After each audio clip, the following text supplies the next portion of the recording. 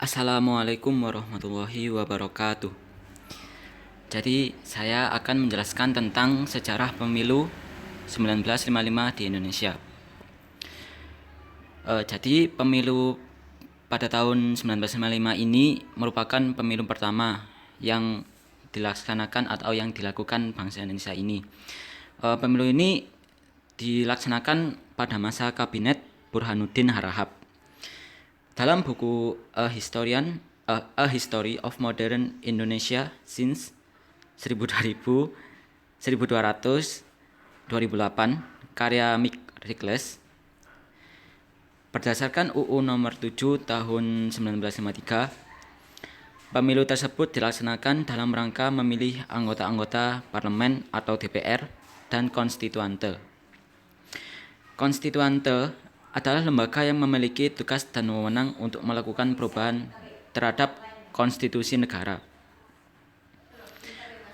Sistem yang digunakan pada pemilu 1955 adalah perwakilan proporsional.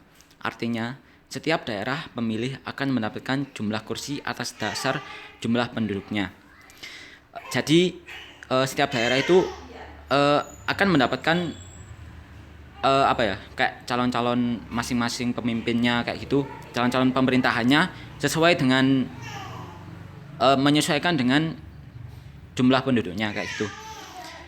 Hal tersebut dengan ketentuan setiap daerah berhak mendapatkan jatah minimum 6 kursi untuk konstituante dan 3 kursi untuk parlemen. Jadi untuk umumnya atau untuk dasar namanya kayak yang pasti gitu. Jadi setiap daerah itu dapat 6 kursi untuk konstituante dan 3 kursi untuk parlemen kayak gitu. Kemudian pada pemilu awal ini terdapat 260 jumlah kursi DOR yang diperebutkan dan 260 jumlah kursi DPR dan 520 kursi untuk konstituante. Ditambah 14 wakil golongan minoritas yang dianggap pemerintah.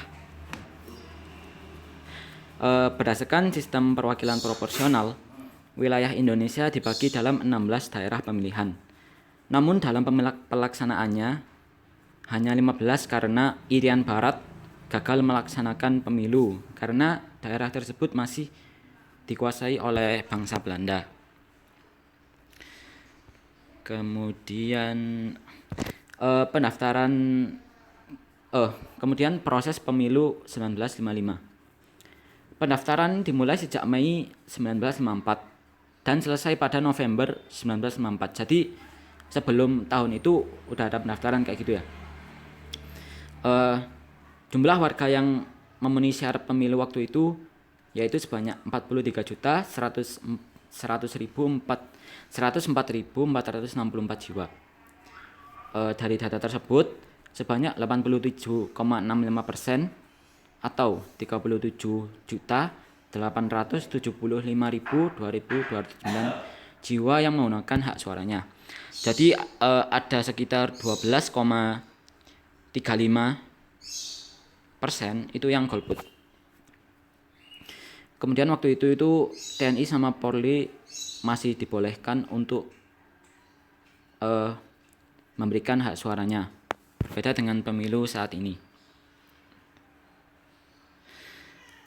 Kemudian proses pemilu dilaksanakan dalam 2 gelombang. Jadi kayak proses pemilihan ini itu dilaksanakan selama 2 kali. Maksudnya ya kayak gitulah. Kemudian gelombang pertama pemilu untuk memilih anggota DPR. Tahap ini diselenggarakan pada tanggal 29 September 1955. Dan diikuti oleh 29 partai politik dan individu. Kemudian yang gelombang kedua, pemilu untuk memilih anggota konstituante. Tahap ini diselenggarakan pada tanggal 15 Desember 1955. Jadi dibentuk 2 gelombang, soalnya yang gelombang pertama itu untuk memilih DPR, gelombang yang kedua untuk memilih anggota konstituante.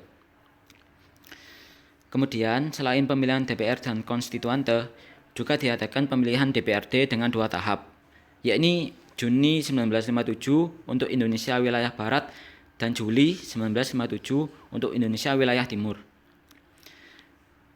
Dengan dipisahnya waktu penyelenggaraan, pemilihan umum dapat berjalan fokus. Ya biar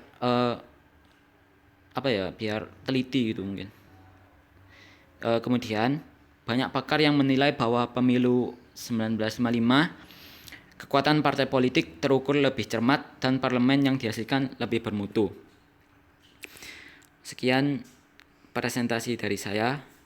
Apabila ada salah kata maupun perbuatan, saya mohon maaf. Dan apabila ada yang salah mohon dikoreksi juga nggak apa-apa. Assalamualaikum warahmatullahi wabarakatuh.